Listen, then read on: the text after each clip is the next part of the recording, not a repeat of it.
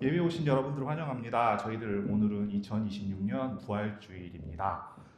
부활절 예배, 예수님께서 죽음을 이기시고 부활하신 그 부활절 예배에 우리 다 같이 옆에 사람들에게 예수님께서 부활하셨습니다. 우리에게 더없이 기쁜 감사의 소식이기 때문에 다 같이 여러분들 옆에 사람들 보시고 여러분 예수님께서 부활하셨습니다라고 이렇게 이야기하면서 기쁨을 나눌 수 있는 그런 시간이 되었으면 좋겠습니다.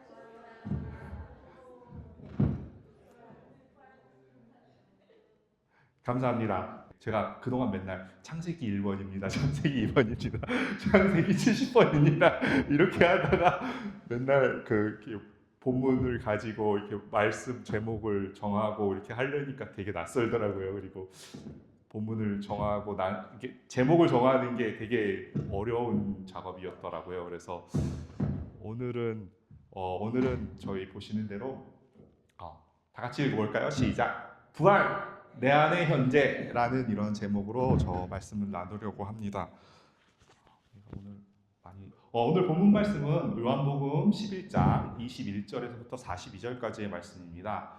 양이 좀 많기는 하지만 그래도 우리 다 같이 읽도록 하겠습니다.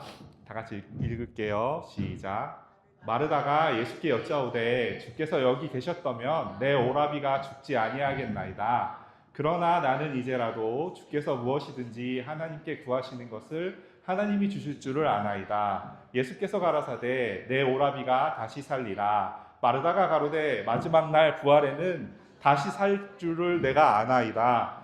예수께서 가라사대 나는 부활이요 생명이니 나를 믿는 자는 죽어도 살겠고 무릇 살아서 나를 믿는 자는 영원히 죽지 아니하리니 이것을 내가 믿느냐. 가로되 주여 그러하외다. 주는 그리스도시요 세상에 오시는 하나님의 아들이신 줄을 내가 믿나이다. 이 말을 하고 돌아가서 가만히 그 형제 마리아를 불러 말하되 선생님이 오셔서 너를 부르신다 하니 마리아가 이 말을 듣고 급히 일어나 예수께 나아가매 예수는 아직 마을로 들어오지 아니하시고 마르다에 맞던 곳에 그저 계시더라. 마리아와 함께 집에 있어 위로하던 유대인들은 그의 급히 일어나 나가는 것을 보고 곡하러 무덤에 가는 줄로 생각하고 따라가더니 마리아가 예수 계신 곳에 와서 보이고 그 발에 엎드려 가로되 주께서 여기 계셨다면 내 오라비가 죽지 아니하였겠나이다 하더라.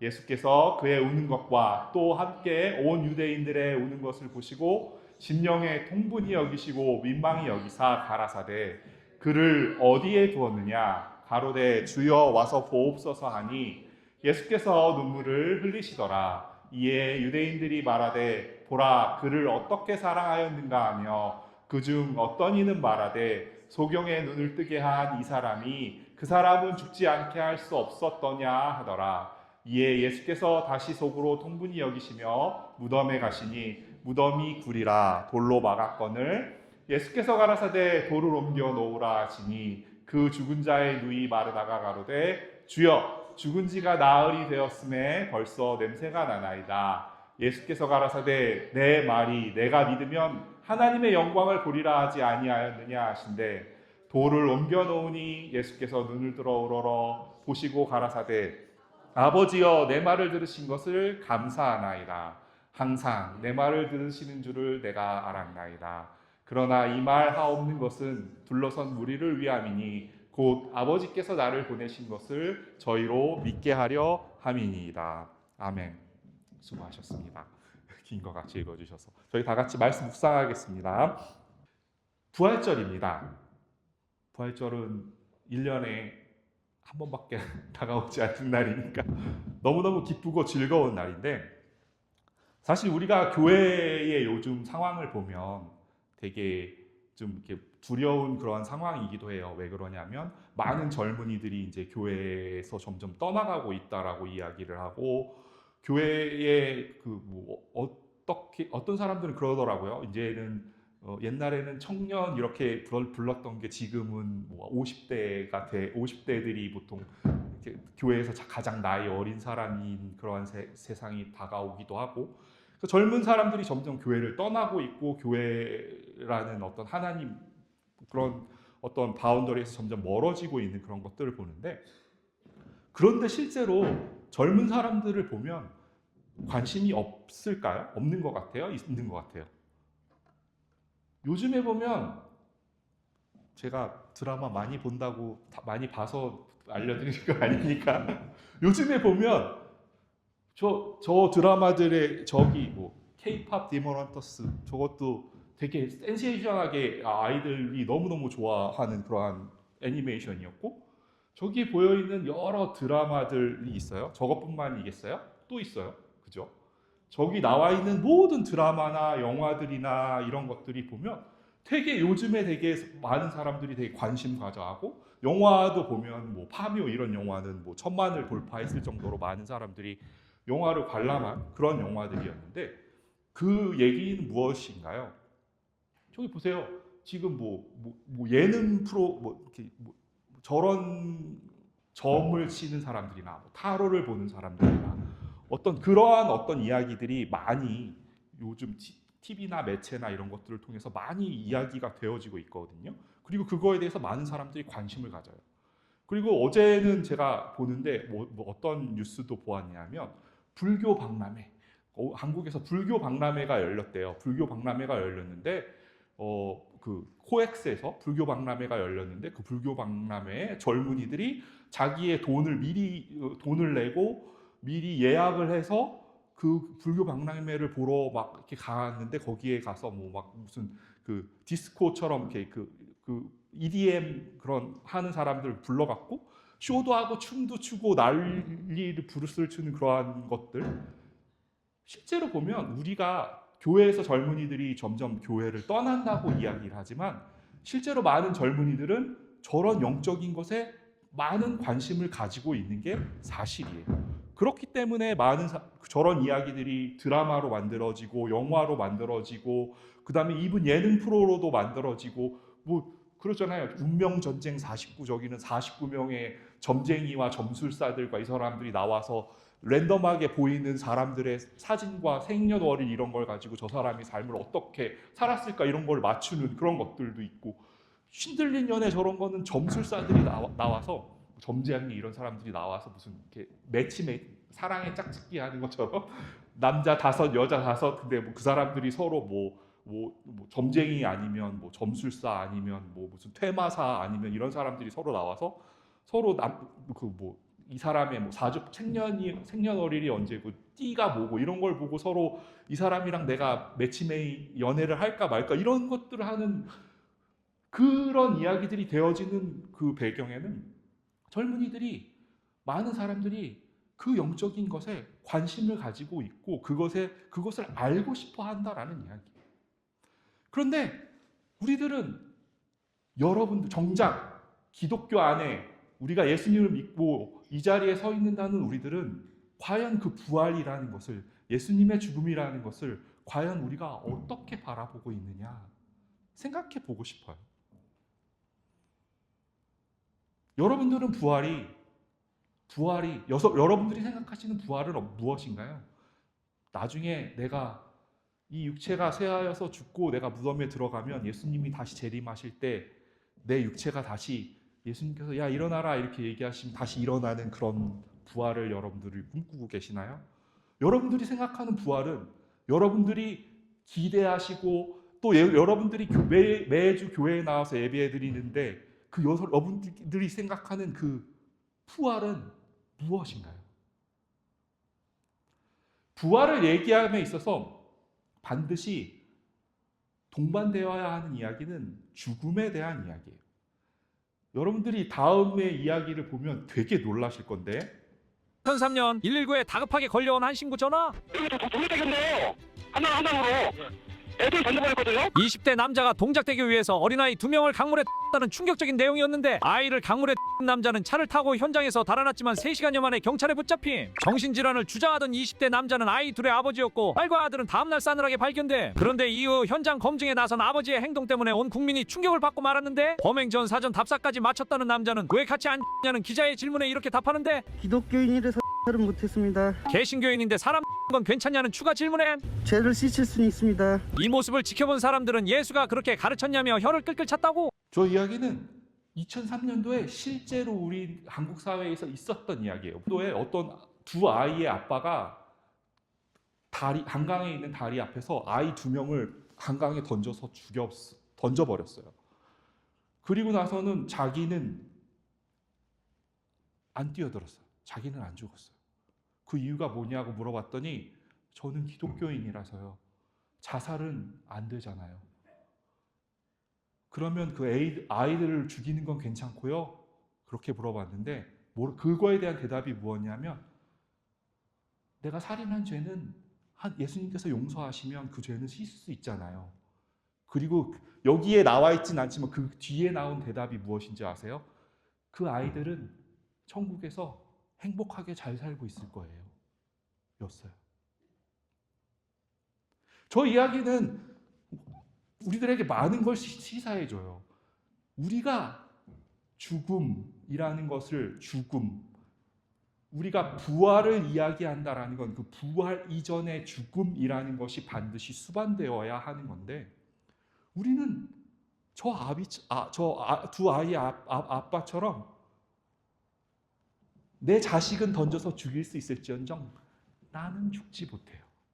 나는 죽지 않으려고 해요. 나는 그 죽음에서 철저히 그것을 죽지 않으려고 저항하고 버티고 이겨내고 나의 삶 속에서 그 죽지 않을 이유들을 이리저리 뒤져서 찾아내고 하는 것이 우리들의 현실이에요. 우리 교회 다니는 사람들이 얘기하죠. 내가 죽어야지. 내가 나의 영을 죽이고 나의 육을 죽이고 내가 그렇게 살아야지라고 그렇게 이야기를 하지만 죽을 수 있던가요? 여러분들이 나의 이 사랑하지 못하고 나의 육적인 자아, 썩어져가는 구습을 쫓는 이 자아를 내가 이제 죽어야지라고 이야기를 하는데 죽어지던가요? 우리들에게는 그 죽음에 대한 방법이 없어요. 우리는 그렇게 선포해요. 이제 나는 썩어져가는 구습을 쫓는 옛사람은 이제 던져버렸고 나는 죽었고 이제 나는 새로운 생명으로 살아났으니 나는 새롭게 살아갈 수 있다라고 그렇게 이야기하지만 십자가라는 그것이 우리들 앞에 딱 당도하는 순간 우리들은 그 자리에서 두려워 떨 수밖에 없고 베드로가 그 자리에서 두려워서 도망갔던 것처럼 우리들 역시 무서워서 도망칠 수밖에 없는 그러한 약한 존재들이라는 사실이에요. 십자가를 지고 죽음을 경험한다라는 것은 그런 차원의 것들이에요. 십자가에서 예수님께서 당하셨던 고난은 바로 이 모든 것을 뛰어넘은 그러한 고난이었다라는 사실이에요. 갈라디아서 2장 20절에 이런 말씀이 있어요. 제가 한 2주쯤 전인가 저 말씀을 이야기하면서 제가 에베소서라고 잘못 얘기했는데 유튜브를 들으시는 분 중에 아시는 분은 양해해 주시고 갈라디아서 2장 20절 다 같이 읽어볼게요. 시작. 내가 그리스도와 함께 십자가에 못 박혔나니 그런즉 이제는 내가 산 것이 아니요 오직 내 안에 그리스도께서 사신 것이라. 이제 내가 육식 가운데 사는 것은 나를 사랑하사 나를 위하여 자기 몸을 버리신 하나님의 아들을 믿는 믿음 안에서 사는 것이라. 저기에 그렇게 이야기해요. 내가 그리스도와 함께 십자가에 못 박혀 죽었나니. 성경에서 그렇게 이야기해요. 갈라디아서 2장 20절 성경 말씀이니까. 그러니까 성경에서 이야기하니까 하나님이 우리들에게 이야기하신 거니까 우리도 십자가에 못 박힌 것 같기는 해요. 그렇죠. 그런데 여러분들 십자가에 올라가신 적 있으세요? 십자가의 그 고난과 고통을 당한 적이 있으세요? 그런데 성경에서 그렇게 이야기하고 있어요. 내가 그리스도와 함께 십자가에 못 박혀 죽었다고. 그리고 그것 때문에 이제는 내가 사는 것이 아니라 내 안에 그리스도께서 사는 것이다 라고 그렇게 말씀하고 있어요. 내 눈에는 목사님 저는 한 번도 죽은 적이 없는데요. 하나님 저는 한 번도 십자가에 달려서 내가 그리스도와 함께 십자가에 달려서 죽은 적이 없었는데요. 그런데 왜 죽었다고 이야기하죠? 예수님께서 우리들이 그냥 십자가를 생각하면 감당 못할 감히 우리가 어찌 할 수 없는, 저 방금 전에 보셨던 그 뉴스에 아이를 강으로 던져버린 아버지 보고 우리가 쯧쯧쯧쯧 하지만 우리 역시 십자가의 죽음이라는 것 앞에서 저 사람과 다를 바가 무엇이 있을까요? 우리도 그 사람이 아이를 죽였으니까 잔인하고 그래 보이지만 그 사람이 그 죽음 앞에 두려워해서 자살은 아니잖아요 라고 그렇게 이야기했던 그 사람이나, 하나님께서 우리들에게 주시는 그 십자가 앞에서 두려워서 아무것도 할 수 없는 우리들의 모습이나 별반 차이는 없을 거예요. 우리나 그 사람이나 우리는 죽음을 두려워하는 존재일 뿐이고, 죽음이 무서워서, 십자가에 달리는 것이 무서워서 그렇게 살아갈 수밖에 없는 그러한 존재들이라는 사실이에요. 그런데 우리들에게 소망이 한 가지 있어요. 예수님께서 십자가에 달려 죽으시면서 우리의 십자가, 당신이 죽으시면서 내가 달려야 할 그 십자가도 당신이 이렇게 포함해서 가져가셨어요. 내가 십자가에 달리지 않았지만 예수님께서 달리신 그때 그 달리심으로 인해 나의 십자가 역시 그분과 함께 달렸다라는 이야기. 그리고 그것보다 더 기쁨이 되는 그러한 소식이 무엇인가요? 우리들에게 부활이라는 소망을 주셨다라는 거예요. 십자가의 예수님의 죽으심, 그것이 다른 그 어떤 신들과 비교할 수 없는 것이 하나가 있는데, 여기 예수 그리스도께서는 우리들에게 부활을 하시고 우리들에게 부활의 소망을 주셨다라는 거예요. 부활하신 그리스도. 우리가 십자가에 달려 돌아가 죽었지만 그 죽은 것으로 끝나는 것이 아니라 이제 우리와 함께 다시 살아나신 그 부활하신 그리스도를 이야기하고 있는 거예요. 오늘 제가 여러분들과 나누었던 본문의 말씀, 요한복음 11장에 나와 있는 긴 21절에서부터 41절까지 긴 말씀의 이야기는 잘 아시는 것처럼 나사로의 이야기예요. 죽은 나사로의 이야기예요. 여러분들, 우리가 읽었던 본문에 보면 마르다가 그렇게 이야기해요. 예수님이 여기에 더 빨리 오셨으면, 아니면 예수님이 여기에 계셨으면 내 오라비 나사로가 죽지 않았을 거예요. 그렇게 이야기하니까 예수님께서 뭐라고 이야기하냐, 23절에 내 오라비가 다시 살리라 이렇게 이야기해요. 그랬더니 마르다가 예수님이 다시 살리라 했던 그 살리라와 마르다가 생각했던 살리라가 좀 다르죠, 그렇죠? 근데 마르다는 뭐라고 얘기해요? 가로되 마지막 날 부활할 때에는 다시 살 줄을 내가 압니다라고 이렇게 이야기해요. 그렇죠? 그렇게 이야기해요. 여러분들이 생각하시는 부활, 우리들이 생각하는, 많은 기독교인들이 생각하는 그러한 부활도 저런 부활이지 않을까 생각해요. 나중에 내가 죽으면, 나중에 예수님께서 다시 오면 그때 내가 다시 살아나는 그런 부활이 아닐까라고 이야기하는데, 예수님이 말씀하신 다시 살리라라는 부활은 다른 부활이었어요. 그러시면서 예수님이 33절에서 34절, 35절 말씀해 보면, 예수께서 그의 오시는 것과 또 함께 온 유대인들의 오는 것을 보시고 심령에 통분히 여기시고 민망히 여기사 가라사대 그를 어디 두었느냐 가로되 주여 와서 보옵소서 하니 예수께서 눈물을 흘리시더라. 제가 한 2주, 3주쯤 전에 그 말씀 들었던 적이 있어요. 예수님께서 자기의 어떤 감정이나 그런 것들을 표현하신 그런 본문 말씀의 내용이 거의 없는데, 여기 나와 있는 요한복음 11장 35절 말씀, 예수님께서 눈물을 흘리셨다라는 저 말씀은 신약 성경 전체를 통틀어서 예수님께서 눈물을 흘리신 적이 2번 정도밖에 없는데, 저기 나와 있는 것이 그 중에 한 번이거든요. 그런데 예수님께서 우셨어요. 그때 제가 지난번에 뭐라고 말씀드렸죠? 예수님께서 왜 우셨을까요? 근데 조금 뒤에 무슨 일이 일어나요? 나사로가 살아날 거예요. 나사로가 살아날 건데 예수님이 왜 우셔야 할까요? 우셔야 할 이유가 예수님 입장에선 없어요. 왜냐하면 조금 있으면 나사로야 나와라 해갖고 나사로 살아날 거니까, 다 사람들이 기뻐할 거니까, 그 사람이 뛰어다니는 걸 볼 수 있으니까. 그런데 예수님께서 현재 울고 계세요. 아파하고 계세요. 저 얘기는 무슨 이야기예요?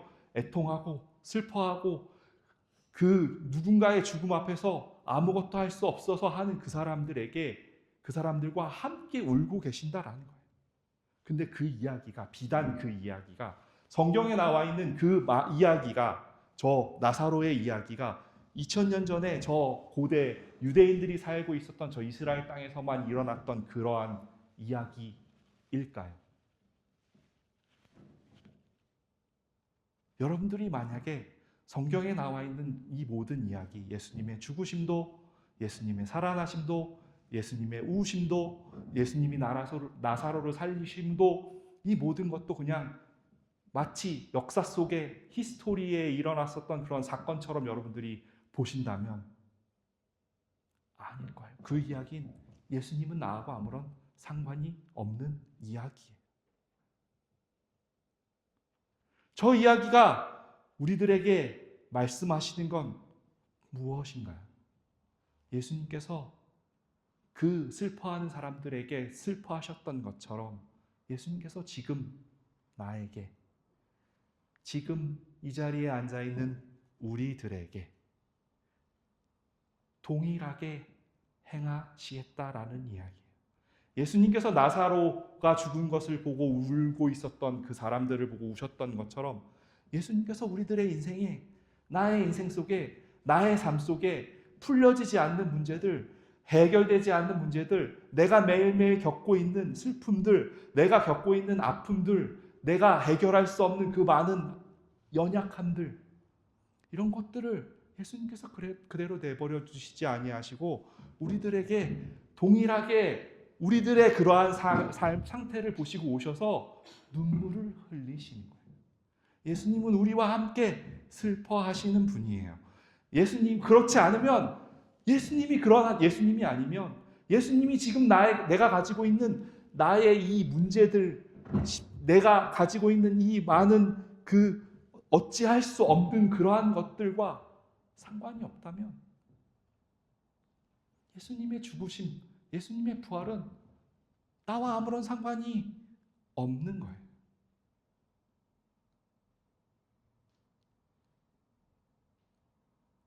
예수님은 이야기하세요. 내가 저 눈물을 흘리시면서 저 다음에 일어났던 일이 무엇인가요? 살리셨던 거예요. 내가 살아나리라, 나사로가 살아나리라 했던 그 말씀이 무엇인가요? 우리들에게도 동일하게 되어지는 말씀이에요. 무엇인가요? 너네들 아무것도 할 수 없는 거 알아. 너희들이 가지고 있는 그 문제들 속에서 너희들이 어찌할 수 없는 거 알아. 너가 할 수 없는, 사랑할 수 없고 용서할 수 없고 긍휼을 베풀 수 없고 하나님의 율법을 지킬 수 없고 하나님의 말씀대로 따라 살 수 없고 하나님께서 우리들에게 주시는 그 영원한 복을 누릴 수 없고 알아. 그런데 너의 그 아픔을, 너네가 그렇게 할 수 없는 것을 예수님께서 우리들에게 오셔서 내가 알아, 그러시면서 우리와 함께 울어주신다라는 이야기. 그런데 그런 자리를 마가교회에서는 뭐라고 이야기하는지 아세요? 잘 알죠? 그런 자리가 뭐예요? 죽음이라고 얘기해요. 그렇죠? 우리는 죽음이라고 이야기해요. 내가 할 수 없음, 내가 아무것도 할 수 없음, 내가 아무것도 이거에 대한 강도가 없음을 가지고 있는 그것을 우리들은 죽음이라고 이야기해요. 그런데 부활이라는 말 속에는 죽음이 페어처럼, 짝처럼 같이 올 수밖에 없잖아요. 고린도전서 15장 12절에 보면 이렇게 이야기해요. 다 같이 읽어볼게요. 그리스도께서 죽은 자 가운데서 다시 살아나셨다 전파되었거늘 너희 중에 어떤 이들은 어찌하여 죽은 자 가운데서 부활이 없다 하느냐. 저기에 보면 예수 그리스도께서 죽은 자 가운데서 다시 살아나셨다라고 이렇게 이야기하셨는데,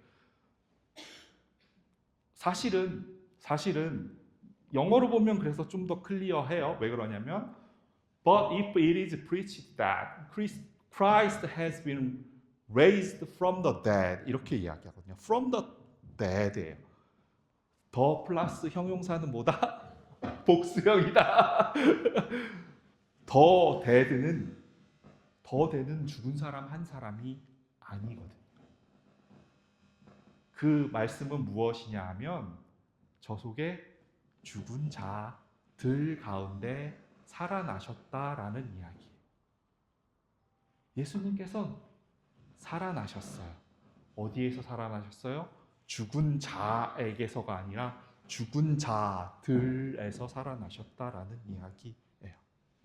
예수님은 그저 그분만 부활하신 것이 아니고 예수님을 따르던 12명의 제자들에게서만 부활한 것이 아니고 예수님은 어디에서? 죽은 자들 모두에서부터 살아나셨다라는 이야기예요. 예수님께서 오늘날 우리들에게 주시는 부활의 말씀은 예수님 그분이 죽음을 이기시고 그 무덤에서 살아나신 이야기로 맞춰지는 것이 아니라 우리가 할 수 없는 그 수많은 죽음의 자리에서 하나님께서 예수 그리스도께서 살리시겠다라는 약속의 말씀이라는 사실이에요. 그 이야기는 무엇인가요? 십자가에 못 박혀 죽었던 나, 아무것도 할 수 없는 나, 하나님의 율법 앞에 죽음을 선포할 수밖에 없었던 나, 그런 나에게서 살아나시겠다 하는 약속의 말씀이라는 거예요. 여기 나와 있는 목사님, 홍철아 목사라는 사람뿐인가요? 여기에 앉아있는 여러분들 모두에게도 동일하게 예수님께서 그런 나의 존재, 죽음의 존재, 그 존재 속에서 하나님께서 일어나 부활을 선포하시겠다라는 우리들의 약속의 말씀이라는 사실이에요. 그렇게 우리는 이제 무엇으로 사나요? 아까 갈라디아에서 말씀에서 본 것처럼 내가 십자가에 못 박혀 죽었는데 이제는 내가 산 것이 아니요 내 안에 그리스도께서 사신 것이라 라고 말씀하신 것처럼 우리가 이제는 나는 죽지만 할 수 없는 나, 육으로 썩어져가는 구습을 쫓는 나는 십자가에 달려 매일매일 죽지만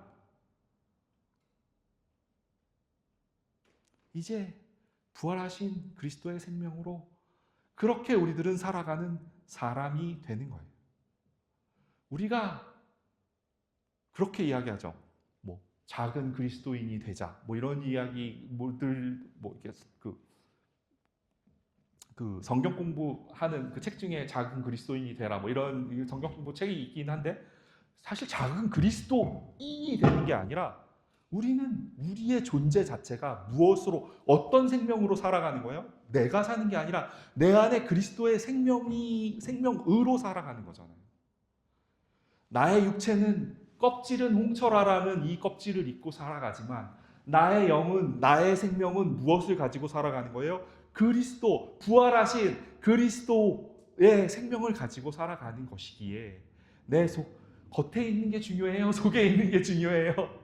그쵸? 속에 있는 게 중요하잖아요. 우리가 예수 그리스도의 생명을 가지고 살아가니까 그럼 예수 그리스도의 생명을 가진 자이고 그렇게 그 사람을 우리는 무엇이라고 불러요?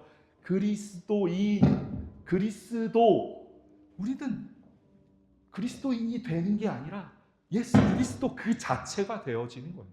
우리들 자체. 그분이 우리들의 삶을 다스리고 그분이 우리 삶을 인도하시고 그분이 우리 삶 속에서 당신의 일을, 당신의 계획을 행하시고 우리들은 그 속에서 그분이 다스리는 야곱이 이스라엘 된 것처럼 하나님이 다스리는 자, 하나님의 다스림을 받는 사람으로 우리들의 존재가 계속해서 변하여 가는 거라는 이야기예요. 그런데 그 일들이 언제 일어나요? 나중에 내가 30년, 언제 죽을지 모르지만 그게 30년 뒤에요? 40년 뒤에요? 50년 뒤에요? 아니, 당장 내일이요? 그것이 아니라는 얘기예요. 이 부활은 언제예요? 바로 지금이에요. 오늘이에요. 우리는 그러한 부활을 소유한 사람이에요. 그런 부활을 가지고 살아가는 사람이에요. 그래서 우리의 삶 속에서 매일매일 그러한 부활을 누리고 살아갈 수 있어야 해요. 우리들은 그러한 부활을 그렇게 마가교인들은 그렇게 이야기하죠. 내가 매일매일 십자가에 못 박혀 죽습니다. 그리고 내가 매일매일 그 십자가에서 못 박혀 죽지만 매일매일 내가 부활합니다. 그리고 내가 그 부활하신 그 생명으로 매일매일 살아갑니다. 우리들은 부활이 오늘만 1년에 한 번 어떻게 부활절 1년에 정하는지도 모르시죠? 그렇죠? 1년에 부활절이 한 번 있는데 뭐 언제는 4월이었다, 언제는 3월이었다, 언제는 늦은 4월 말이었다, 언제는 늦은 3월 초였다 왔다 갔다 막 하잖아요. 뭐 12월 25일처럼 이렇게 딱 크리스마스처럼 정해져 있는 날도 아니고 언제는 뭐 4월 뭐 첫째 주였다, 언제는 두 번째 주였다, 세 번째 주였다. 제가 어떻게 그 부활절을 정하는지는 알고 있지만 뭐 설명드려봐야 그게 무슨 의미가 있겠어요. 그런데 1년에 한 번씩 오는 그 부활절만이 부활절이 아니라는 거예요. 우리들은 매일매일 십자가의 죽음과 매일매일 십자가의 죽음과 부활을 계속해서 매일매일 경험하면서 살아가는 사람들이에요. 그렇기 때문에 우리들은 매일매일 부활절을 사는 사람들이고 우리들은 매일매일 우리가 매일매일 부활절이라 성찬식을 하지만 성찬식을 할 때만 우리가 예수 그리스도의 살과 피를 먹는 것이 아니잖아요. 우리가 하나님의 말씀을 듣고 예수 그리스도를 우리가 구주로 맞아들이고 그분의 가르침, 그분의 인도하심을 따라 살아가면 우리는 매일매일 성찬하는 삶을 사는 거예요. 하나님의 말씀을 듣고 그 말씀을 듣고 계속 곱씹어 씹고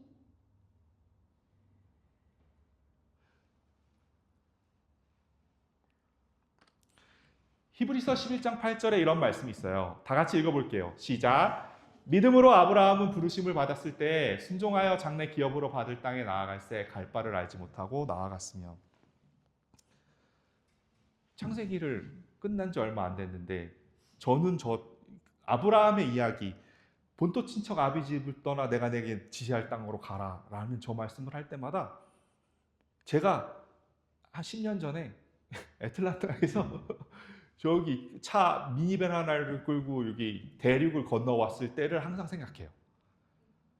본토 친척 아비 집을 떠나 내가 내게 지시할 땅으로 가라 그렇게 이야기하셨는데 예수님께서 아브라함에게 야 저기 23444 글렌리치 드라이브 뉴홀 캘리포니아 91321 여기다 너가 가야 될 때 여기다.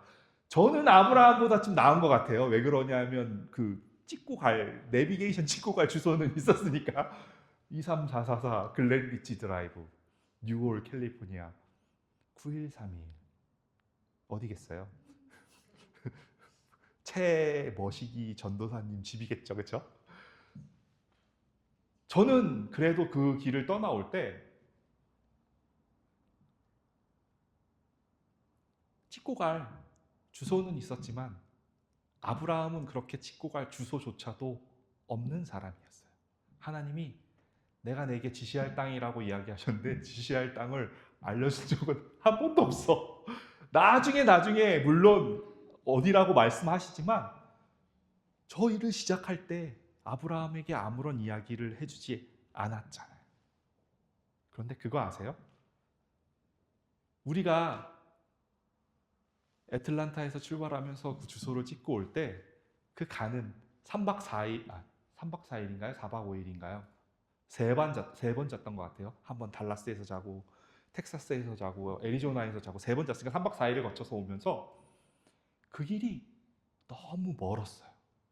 왜 그러냐면 아무런 준비된 것도 없었고 계획된 것도 없었고 우리들 앞에 뭔가 이렇게 우리가 이사를 간다.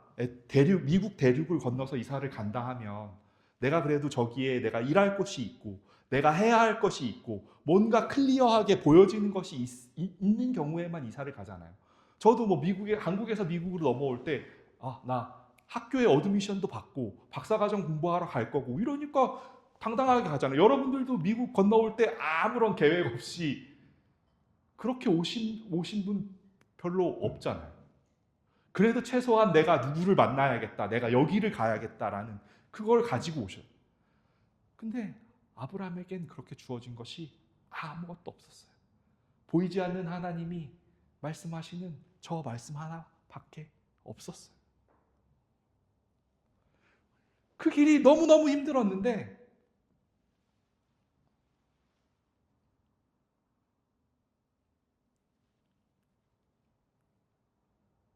어느 순간 우리들이 처음에 출발할 때는 제 아내나 저나 12시간 동안 한마디도 안 하고 꾹 닫고 그렇게 하고 걷는데 어느 순간 우리들이 그걸 보고 있더라고요. 와, 여기 되게 예쁘다. 와, 여기는 우리들이 보지 못하던 그런 데네. 와, 첫날에 12시간 동안은 계속 비가 왔고, 두 번째 날 12시간 동안은 계속 눈이 왔고, 세 번째 날 12시간 동안에는 그나마 이제 사막이어서 해가 쨍쨍 났고, 마치 우리가 시작할 때는 비가 너무 많이 오는 우리들이 그런 자리, 우리 보통 비 온다 그러면 이게 뭐 험한 그런 느낌이 들잖아요. 우리가 떠나는데 비까지 와? 그런 마음으로 이렇게 떠나왔는데, 이제 비가 오다 못해 이제 눈까지 와? 두 번째 날 그렇게 하면서 왔는데, 그래나마 세 번째 날 되니까 해가 뜨고, 그렇게 되니까 우리들이 어느 순간에 창밖을 보고 있더라고요. 창밖을 보면서 와, 여기 선인장이 너무 예쁘다. 저렇게 큰 선인장도 있네. 와, 여기 이런 우리들이 정말 한 번도 보지 못하던 저런 풍경도 있어. 와, 너무 다르다. 우리가 이렇게가 아니라 좀 더 기쁜 마음으로 여행하는 그러한 여행이었으면 더 기쁘지 않았을까? 뭐 이런 생각을 하면서 그렇게 걸어왔는데,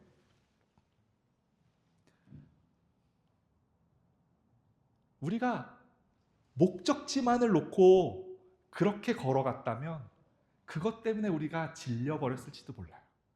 그런데 어느 순간 우리가 그냥 그날 걸어가는, 그 하루 걸어가는, 한 스텝 한 스텝 걸어가는, 1마일 걸어가는 그것들을 보니까 그게 되어지더라고요. 그리고 그렇게 하다 보니까 어느 순간 23444 글렌리치 드라이브에 도착해 있더라고요. 우리들이 인생을 걸어가는 것도 그와 마찬가지예요. 우리들이 어려워요. 힘들어요. 할 수 없어요. 되어지지 않아요. 보이지 않아요. 내 눈앞에 놓여져 있는 길이 이 길이 아닌 것 같아요. 이 길이 아닌가 봐요. 돌아가고 싶은데 돌아가는 것도 녹록치 않아요. 내가 이 길이 아닌가 봐요 하고 다시 돌아가려니까 이것도 걸리고 저것도 걸리고. 저도 그랬어요. 23444 글렌리치 드라이브 그 지하실에 앉아서 우리가 여기 있는 거 맞아? 다시 돌아가야 되는 거 아니야? 라고 했더니 돌아갈 데가 없어요. 걸리는 게 많아요. 그런데 하나님은 우리들에게 말씀하시죠. 아브라함에게 이야기하셨던 내가 내게 지시할 땅으로 가라 라는 말씀은 우리들에게도 동일하게 하시는 말씀이라는 거예요. 하나님, 내가 하나님께서 지시할 그 땅이 어딘지 모르지만, 하나님, 내가 어떻게, 어디로, 어떤 방법으로 가야 할지 내가 알 수 없지만, 어떻게 해요? 받을 땅이 알고 갔대요? 모르고 갔대요? 모르고 갔대요. 근데 그렇게 모르고 간 그것을 아브라함이 믿음이 있어서 간 거예요? 그렇게 갔으니까 그거를 믿음이 있다고 하나님이 그렇게 봐주신 거예요. 1번 믿음이 있었던 거다. 2번 그렇게 했는데 하나님이 믿음이 있다고 봐주셨다. 하나님이 그것을 믿음이 있는 삶이라고 봐주셨어요. 아브라함이 뭔가 믿음을 가지고 하나님, 내가 이게 아니었다고, 그런 갈 바를 알지 모르고 그냥 갔는데 하나님이 그것을 믿음 있는 삶이라고 그렇게 이야기해 주셨어요.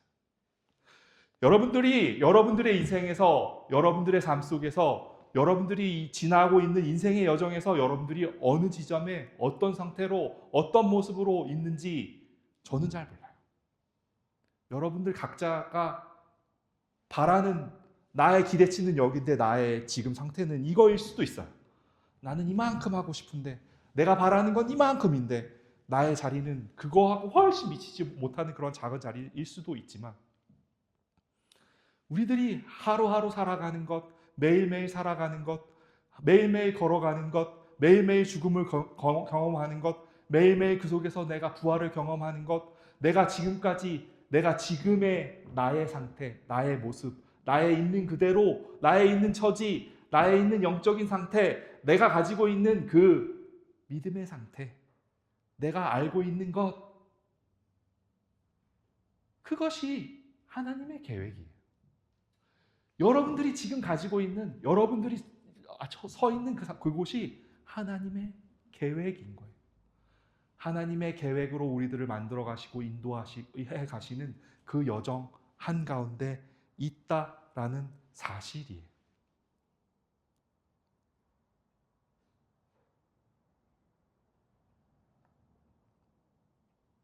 예수님께서 그렇게 이야기하세요.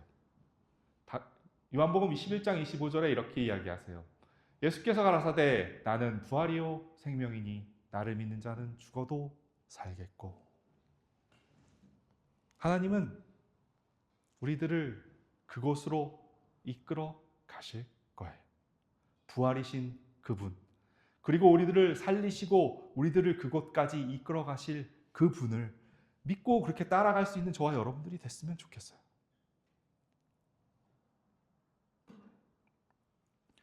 오늘 본문 말씀을 보면 예수님이 되게 이상한 이야기를 하나 하시는 게 있어요. 그것이 무엇이었냐면 11장 34절에 있는 말씀이에요. 그게 무엇이냐 하면 가라사대 그를 어디 두었느냐 이렇게 이야기해요. 예수님이 나사로를 어디다가 두었냐고 물어보시는 거예요. 예수님이 나사로를 어디 두었는지, 나사로가 죽었는지 살았는지 죽은지 나흘이나 되어서 장사도 다 치르고 있는 상황을 다 보셨으니까 그것을 모르셨을까요? 아셨을 거예요. 그런데 예수님이 저걸 왜 물어보실까요? 왜 물어보실까요? 그리고 예수님이 또 심지어 저것까지 이야기하세요. 무엇까지 얘기하시는지 아세요? 39절에 보면 예수께서 가라사대 돌을 옮겨 놓으라 이렇게 이야기해요. 그러니까 마르다가 그 얘기를 보고 뭐라고 얘기를 해요? 죽은 자의 누이 마르다가 가로되 주여 죽은 지가 나흘이 되었음에 벌써 냄새가 나나이다. 이렇게 이야기하고 있어요. 죽었어요. 장사 지냈어요. 나흘이 지났어요. 근데 예수님이 뭐라고 이야기해요? 돌을 옮겨 놓으래요. 지금으로 이야기하면 어떻게 되는 건지 아세요? 누군가 죽었어요. 그 사람을 이렇게 염해가지고 관에 넣었어요. 입관을 했어요. 입관을 하고 장사를 지냈어요. 장사를 지내서 이제 땅을 파가지고 땅에 이렇게 매장을 하고 봉분을 만들고 이렇게 다 했어요. 근데 예수님이 갑자기 오셔서 하시는 말씀이 무엇이에요? 파내. 이 무덤 파내. 무덤 파내고 그 관 열어. 이렇게 이야기하는 거예요. 이게 말이 돼요? 말이 되는 이야기예요? 상식적인 이야기예요? 이해가 되는 이야기예요? 여러분들한테 또 하나 물어볼게요. 요한복음 2장 5절에서부터 10절에 보면 이런 말씀이 있어요. 그 어머니가 하인들에게 이르되 너희에게 무슨 말씀을 하든지 그대로 하라. 거기 유대인의 결례를 따라 두세 통 드는 도랑아리 6이 놓여 있는지라. 예수께서 너희에게 이르시되 항아리에 물을 채우라 하신즉 아구까지 채우니 이제는 떠서 연회장에 갖다 주라 하심에 갖다 주었더니 연회장은 물로 된 포도주를 맛보고 어디서 났는지 알지 못하되 물 떠온 하인들은 알더라. 말하되 사람마다 먼저 좋은 포도주를 내고 취한 후에 낮은 것을 내거늘 그대는 지금까지 좋은 포도주를 두었도다 하니라. 돌항아리에 물을 채우라고 하고 그 물을 갖다 주라고 하는데 말이 돼요? 이해가 돼요? 할 수 있어요? 할 수 있어요? 예수님께서 말씀하시는 부활은 우리가 보고 느끼고 경험하고 아는 그러한 차원의 것을 뛰어넘는 이야기예요. 나사로는 죽었어요. 죽은 지 나일이 아니에요. 장사 지낸 지 나흘이니까 죽은 지는 그것보다 훨씬 더 오래됐을 거예요. 언제 얼마나 더 오래 죽었는지 모르니까 그걸 계산하려면 계산할 수 있겠지만 최소한 5일 이상 됐을 거예요. 그렇죠? 예수님이 나사로가 죽게 생겼다라는 이야기 소식을 들으시고 이틀을 더 유하시다가 또 오시고 이렇게 하셨기 때문에 최소 예수님이 나사로가 위태위태합니다라는 소식을 들으시고 그 나사로가 죽었다는 소식을 듣고 여기 이 자리에까지 오시기까지 시간이 되게 오래 걸렸으니까요. 여러분, 가나 혼인 잔치에 놓여져 있는 저 물 항아리에 물을 채우래요. 저 물 항아리가 어떻게 생겼는지 알아요? 저게 가나 혼인 잔치를 기념해서 세워져 있는 교회의 입구에 놓여져 있는 항아리가 저 항아리래요. 그런데 어쨌든 이제 실제보다 그 당시 썼던 항아리보다 좀 더 작은 것 같아요. 근데 저기에 보면 두세 통 드는 돌 항아리가 있다라고 하는데 저 두세 통 드는 돌 항아리의 크기가 어느 정도 되냐면 80에서 120리터가 들어가는 돌 항아리예요. 20에서 30갤런이에요. 됐죠? 그런데 저 돌 항아리는 무슨 항아리예요? 우리가 마시는 물 넣어놓는 항아리예요? 아니에요. 정결 예식용 물을 보관한다라는 얘기는 저기는 중동 지역은 사막이잖아요. 그러니까 사람들이 왔다 갔다 하거나 집에 들어갔다 하거나 하면은 손이나 발에 먼지가 많이 묻으니까 그 사람들이 깨끗하게 씻고 들어가세요 해서 손이나 발이나 이런 걸 닦는 데 쓰는 물을 보관하는 항아리예요.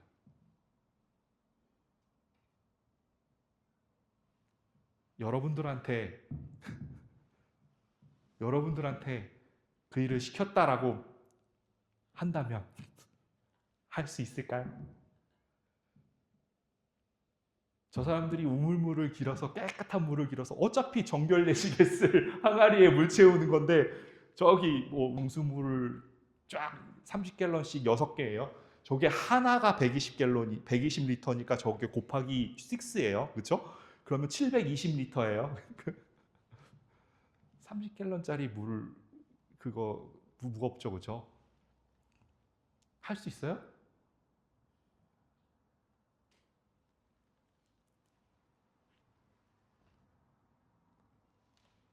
그런데 어떤 사람은 할 수 있는지 알아요? 포도주가 떨어져 본 사람은 할 수 있어요.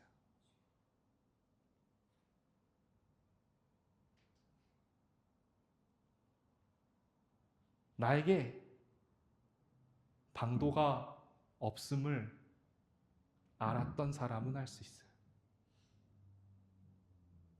나에게 답이 없음을 경험한 사람은 할 수 있어요. 내가 가지고 있는 지식이나 경험이나 알고 있는 것이나 나사로는 분명히 내 눈앞에 죽었기 때문에 그래서 땅 파고 묻었는데 예수님이 어머니 마리아가 예수님이 무엇이든지 시키든지 그대로 하라라고 이야기를 했는데 그 무엇이든지 예수님이 시키는 그 무엇이 나의 상식에 나의 이해에 내가 그동안 알았던 것에 내가 경험한 것에 내가 배웠던 것에 그 모든 것에 반하는 것이어도 할 수 있겠는가? 그러나 그 일을 할 수 있는 유일한 사람은 나로선 답이 없습니다. 나로선 방도가 없습니다. 내가 포도주가 떨어졌습니다. 그 사람은 오로지 그 사람만이 할 수 있게 되어진다는 이야기. 엉뚱한 말, 말도 안 되는 말, 상식에 벗어난 말, 무덤을 열어서 관을 열어. 그런데 그거 아세요? 그 물을 떠서 아구까지 물을 채워서 그 물을 연회장에 갖다 주었더니 사람들이 어떻게 이야기해요? 와, 너무너무 맛있다. 그 다음에 사람들이 먼저 좋은 포도주를 주고 나중엔 안 좋은 포도주를 주는데, 와, 너네는 더 좋은 포도주를 우리들에게 주었네, 여태까지 남겨놨네 라고 이렇게 칭찬하는데, 마지막에 사람들이 뭐라고 이야기해요? 연회장은 물로 된 포도주를 맛보고 어디서 났는지 알지 못하되 누구는 알아요? 물 떠온 하인들은 알더라. 물을 떠온 사람은 알아요. 누구는 알아요? 마리아가 돌을 옮겨 놓으라 했더니 나흘이 지나서 냄새가 납니다 라고 이야기를 하는데, 내가 내 말을 믿으면 무엇을 본대요? 40절에 하나님의 영광을 보리라 하지 아니하였느냐. 그래서 하나님의 영광을 보아요? 보지 못해요? 보아요.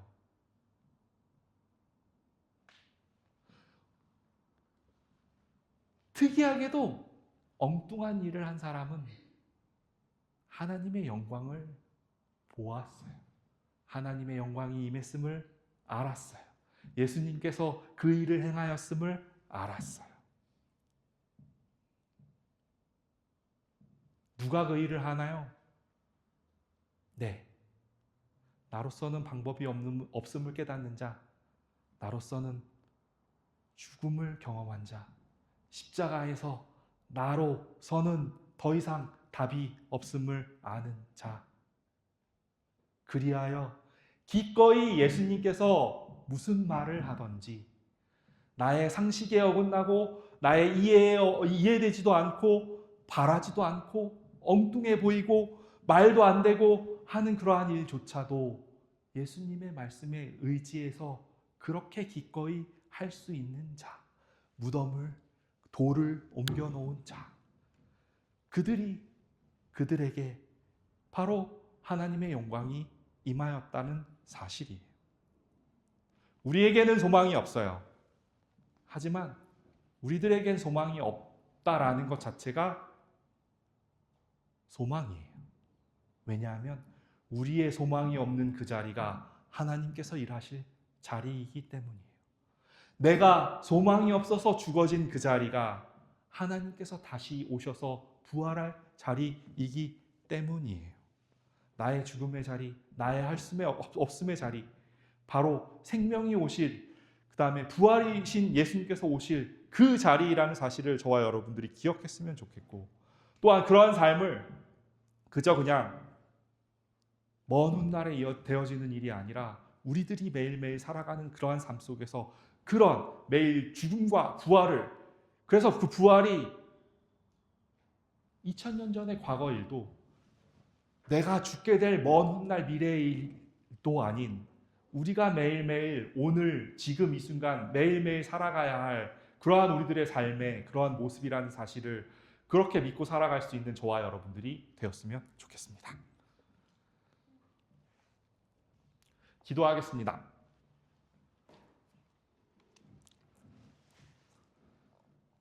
하나님, 저에게는 소망이 없습니다. 저에게는 힘이 없습니다. 그런데 나에게 소망이 없음이, 나에게 힘이 없음이, 주님이 나의 힘 되신다는 사실이고 주님이 나의 소망이라는 것을 말씀하신다는 사실에 감사합니다.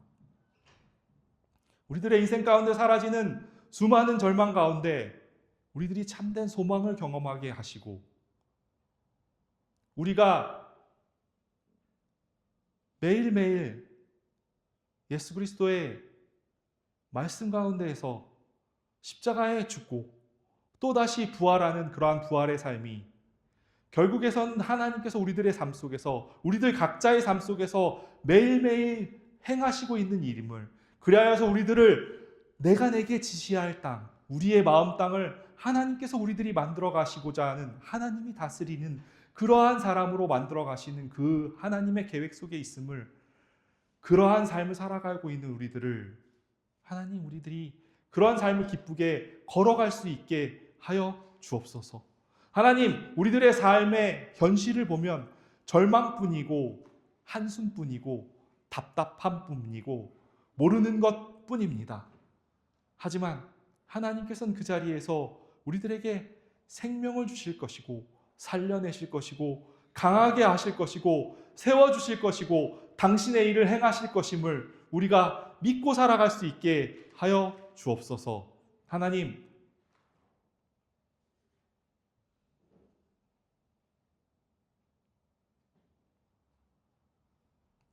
우리들의 인생에서 벌어지는 그러한 일들 때문에 우리들은 계속 좌절하고 넘어지지만 하나님,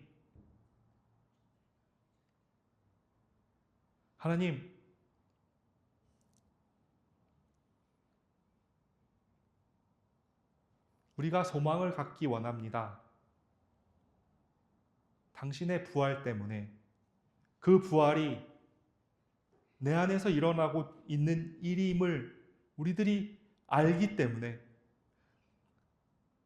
그것을 붙잡고 살아갈 수 있는 우리 발렌시아 마가교회 성도들이 되게 함께하여 주옵소서. 이 모든 말씀 예수님 이름으로 기도드립니다. 아멘.